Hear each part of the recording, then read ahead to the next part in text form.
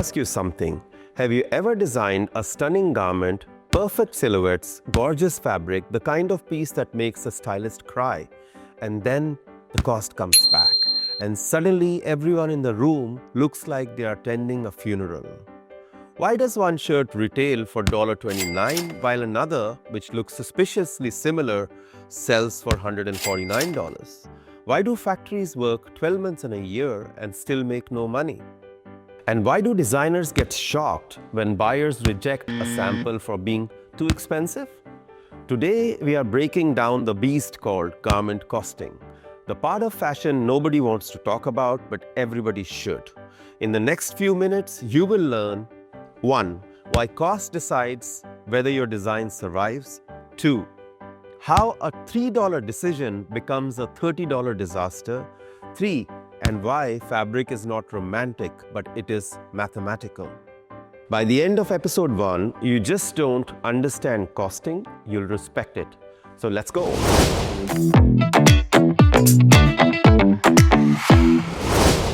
The multiplier reality. If you are a designer or fashion entrepreneur, this is the one truth you must tattoo on your mind. Let's say your factory price, FOB, is $10. By the time it becomes delivered duty paid and is sitting in a warehouse, it's roughly $15. The brand wholesales it at 3 times, which equals $45. The retailer marks it up 3 times, which equals $135. So your innocent little $10 shirt is now hanging under a spotlight for $135. The journey from factory to retail is not double, not triple. It's 10 to 13 times. Now here's where designers usually faint, as they did not learn this in the design school. If you casually increase factory cost by $3 because you choose a more expensive fabric without knowing it, or used trims that cost double of what they should, that $3 becomes $30 to $40 at retail. Suddenly your $135 shirt becomes $169. And at $169, the garment stops selling. Not because it's ugly, not because the stitching is bad, but because you broke the retail ceiling. Costing is not accounting.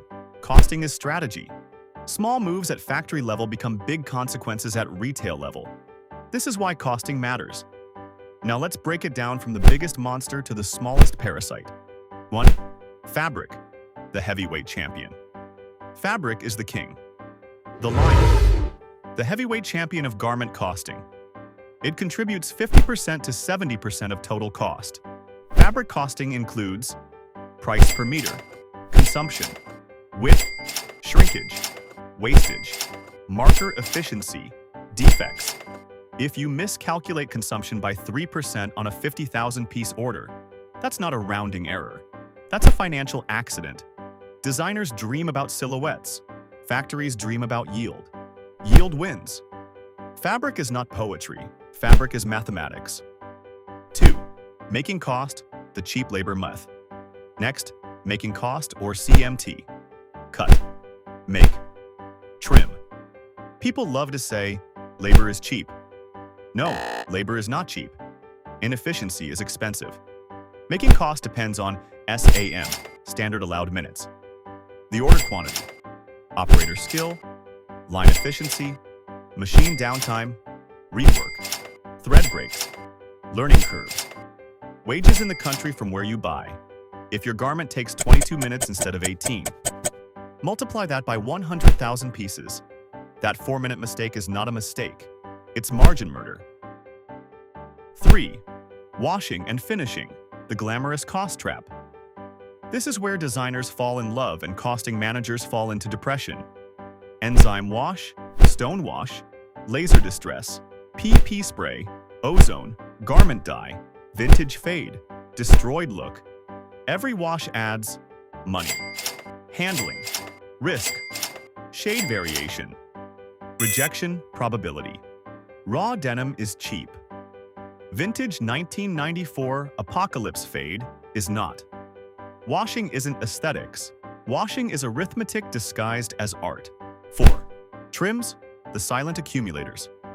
Buttons, zippers, labels, threads, elastic, packaging, cartons, individually harmless. collectively dangerous. A 12-cent zipper plus 8-cent button, plus 6-cent label across 100,000 pieces is $26,000 gone. No! Trims don't scream. They quietly accumulate like plaque in a smoker's arteries. That's why they're deadly. 5. Overheads, the invisible gravity, electricity, supervisors, quality control, maintenance, rent, planning, compliance, sampling, fabric development, fabric buying, merchandising, couriers, and many more. You don't see them on the garment, but they are there. Ignoring overheads is like ignoring gravity. You can do it once. After that, you crash. 6. Rejections, the silent killer. You planned for 2%, production delivered 5%. The extra 3% is pure margin evaporating. Rejections waste. Fabric, labor, time, machine hours, electricity, sanity. Factories don't collapse because they lack orders. They collapse because they win bad orders with unrealistic costing. 7. Margin, the most misunderstood word in fashion. Margin is not profit. Margin is oxygen. Without it, you cannot absorb fabric price changes, survive currency fluctuations, handle shipment delays, invest in machines, pay compliance costs, pay for depreciation. Margin is not greed. Margin is survival. So now you understand why pigs don't fly? It's not because they lack confidence, it's because gravity is non-negotiable.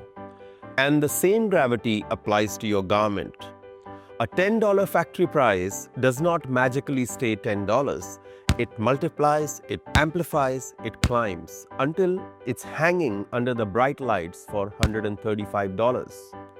And if you casually add $3 at the factory level, that pig just grew wings it cannot afford.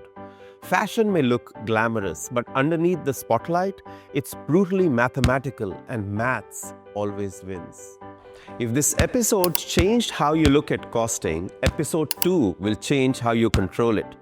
Because now that you understand the gravity, it's time to learn how to fly without breaking physics. See you in episode 2. Don't forget to like, subscribe, and press the bell icon to get notified when the next episode drops in. See you on the other side.